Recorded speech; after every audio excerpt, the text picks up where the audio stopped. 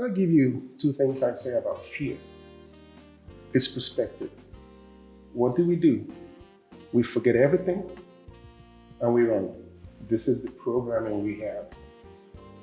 Animals face everything and rise. Fear.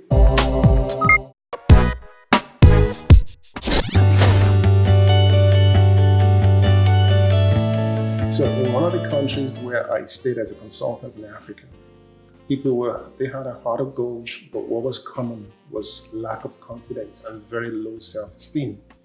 One of the results would be that you don't make decisions because you're always afraid of what may go wrong. And also it's going to affect your job, it's going to affect your relationship and what you expect from life. You will always believe you'll never see yourself being successful. Let me just follow this path. Again, the brain, analytical brain, keeps you. So a friend of mine had the same problem, and she was about the same age, and I dealt with this. I'll give you two scenarios. And she said, what do I do? And I said to her, you're not far from an airport. Yeah. Go do a free fall. Free fall is you go in a plane, you jump with the instructor. So go and do one of those and come back and we'll talk. Okay, that's one example, and I'll explain why. The second person, unfortunately for her, she was with me in Thailand. I told her to come to Thailand, and she came. So what I did was, I used to go to a temple to help to clean the tigers. It's funny you mentioned tigers. I am in love with big cats. I love them. Tigers speak too much to me. You're right, I love the focus, the strength, and they don't go back. So I said to the priest, I'm gonna bring somebody. He said, okay. So when she came, I said, open the door of the tiger's cage. So go in there and sit beside the tiger. And the tiger was sitting down. I can show you pictures on my phone. And she was just sitting there. I said, go in there and sit down. Okay, I will show you. So I went in there. I said, close the cage. And I closed the cage and I sat. The tiger looks at me. She ignores me. And I sit down. And I go and get my saxophone. And I sit with the tiger with my saxophone. And I said, now you go in. And she's really afraid. And eventually she goes in. It's okay, I'll stay with you. So we both go in and she sits on one side. I said, now I'm gonna get up. No, I said, relax. Just breathe. Breathe. It's your friend. There's nothing to be afraid of now. So I go out and they shut the door and she sits down. And then she relaxes and she smiles and she has pictures taken. And these two people changed their lives so much. Why did I apply this principle? When you stand at the door of the airplane, the analytical brain says people don't jump, they sit down.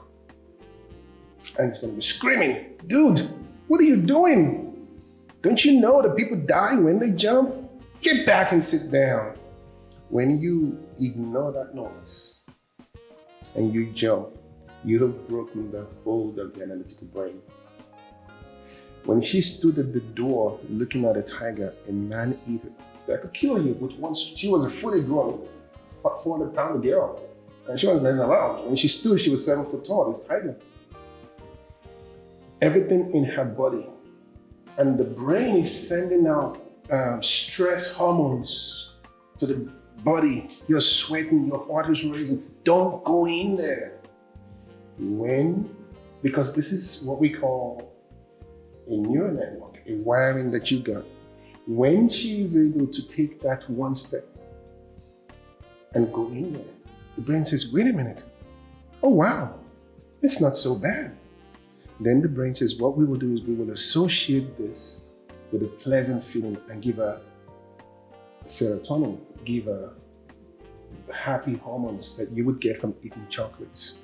That's where she relaxed and she started taking pictures. So when people have a confidence issue, number one, don't keep telling them, just because you're wasting your time. You tell them that's another change. We need to let them first understand it is the analytical brain that's talking to you.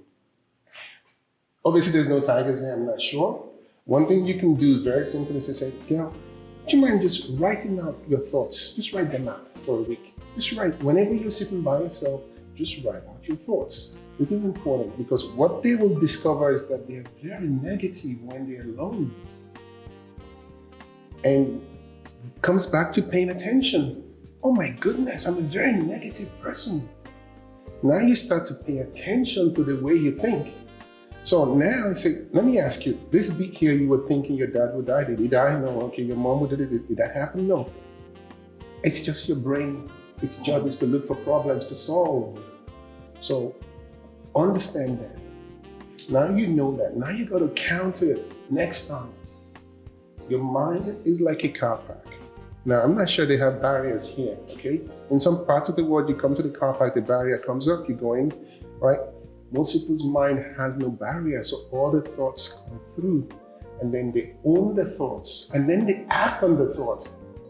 Okay? I had a girlfriend once, and a buddy of mine told me to come to Bangkok and spend a weekend with them. So this was in June, and they said, come in September. Well, the next day, she becomes very hostile towards me, very aggressive and just looking for drama. So, yeah, what's your problem? Oh, well, this is what she says, you're going to go to Bangkok. There's a lot of beautiful women there. Your friend is Thai, so he has access to real Thai people, not the hookers. And they're going to like you, you're going to be with them. So that's why I'm angry. So let me get this straight. So I've not gone to Bangkok yet. It's about 2-3 months away, but you're angry already today. That's paying attention to those thoughts and acting on them. So confidence, we learn to be aware. My brain's job is to keep me safe. So it's looking for what's wrong. I need to retrain it. This is what we call rewiring the brain. So when she starts to pay attention and she says, and she admits, I am a negative person because I think negatively. Well, what do? So I call it, get them spray and spray the ants. Automated negative thoughts. They're very automated. So once you're aware of these automated negative thoughts, you challenge them with facts. And once she starts to do this, so that's paying attention, that's then replacing, right, the lies and the noise with facts. You say, no. When she lacks confidence, in which area? Because all she got to do is, okay, let's look at somebody who did what you say you can't do. He's done it. She's done it. This one is, so you see, also we replace those noise with facts. And one thing people need to learn to do is that you can change your state with your thinking. If she has these fearful thoughts, the brain releases stress hormone. She acts like the danger is actually there, okay? The brain says, this is the way she is. So I would write this code. You guys here write computer codes. So I would wire this into her subconscious mind. So now, even at the thought of doing something, she feels the same way. But if we become aware of that, and we replace that with facts, and we change our state by being happy, say, ooh, that's true. That makes me feel good. The brain says, wait a minute, there's something different going on here. I need to rewrite the wrong data that I had before. This is what neuroplasticity is all about. So you rewire the brain. And now the next time you're in a situation, the body starts to act differently. There's a lot more to this that I'm not going into, but ultimately pay attention, challenge the information, and change the state. I can give you an example from my experience. So you got to understand that being a black kid in a black neighborhood, there's a lot of presumption, and we are very risk averse as a race. I always say, name 10 black inventors. You struggle because we stay in our lane because of the history of what happened. So people don't take chances. So as a kid, I told my dad, when I went with him to the airport, I saw airplanes, I want to fly those things. He said, yeah, you can. Then I saw the military. As my dad usually would be in some countries, he has a military welcome because he was in the UN and he was very active in the struggle for the liberation of South Africa. So he traveled quite a lot.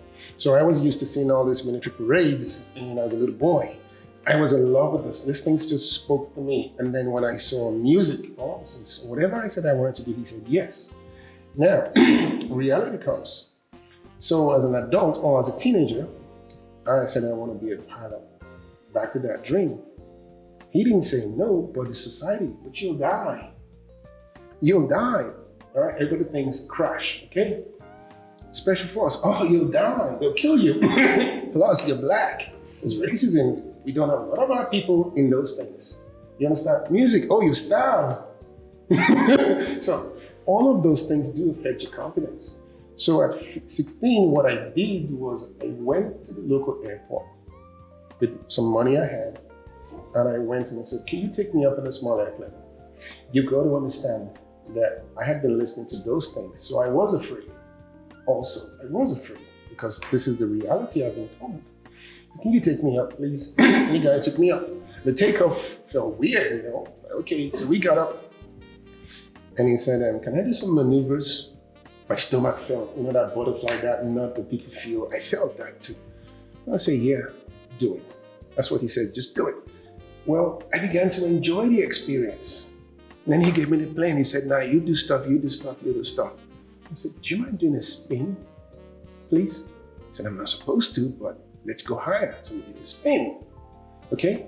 So by taking action, what people say is, I lack confidence. Well, in which area? She can't lack confidence in every area of her life, but she'll generalize. In which area?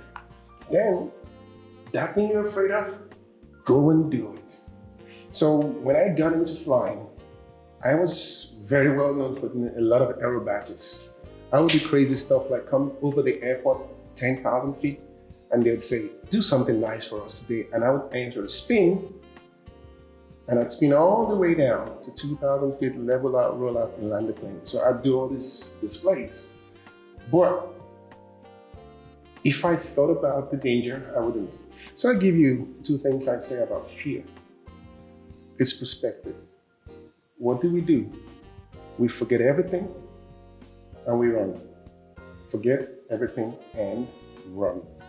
This is the programming we have. Animals face everything and rise. Fear. When the lion comes, the deer runs away. When the lion is gone, the deer comes, the deer learns to say, when the lion is coming, certain things tend to happen before he gets to me. So now I can sense that it's coming next time. Humans are the only one that says, I will never go back there again. And we build walls. That's why we have walls. Because we forget everything and we run. Fear, face everything and rise. So the option is there.